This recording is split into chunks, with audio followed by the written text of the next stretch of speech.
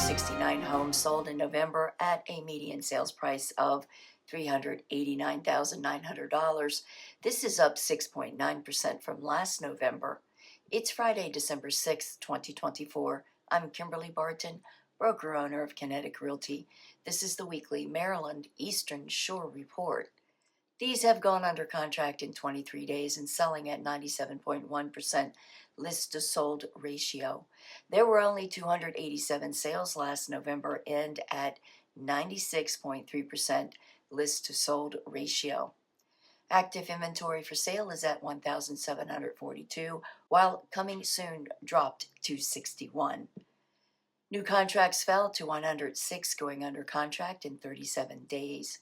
69 homes settled at 97.3% list to sold ratio with days on the market of 30. There are 150 homes for lease at $2,000 median dollars per month. And that's a wrap for this week's Maryland Eastern Shore Report for Friday, December 6th, 2024. Thanks so much for tuning in. Enjoy your weekend. I'll see you next week. Take care.